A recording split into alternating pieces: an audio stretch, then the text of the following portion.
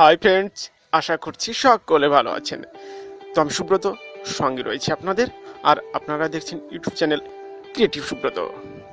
তো বন্ধুরা, এই ভিডিওতে আমি 11টি ওয়াল ডেকোর ডিজাইন দেখিয়েছি, যেগুলি আপনারা ব্যবহার করে আপনার রুমকে আরও সুন্দর করে আকর্ষণীয় করে তুলতে পারেন।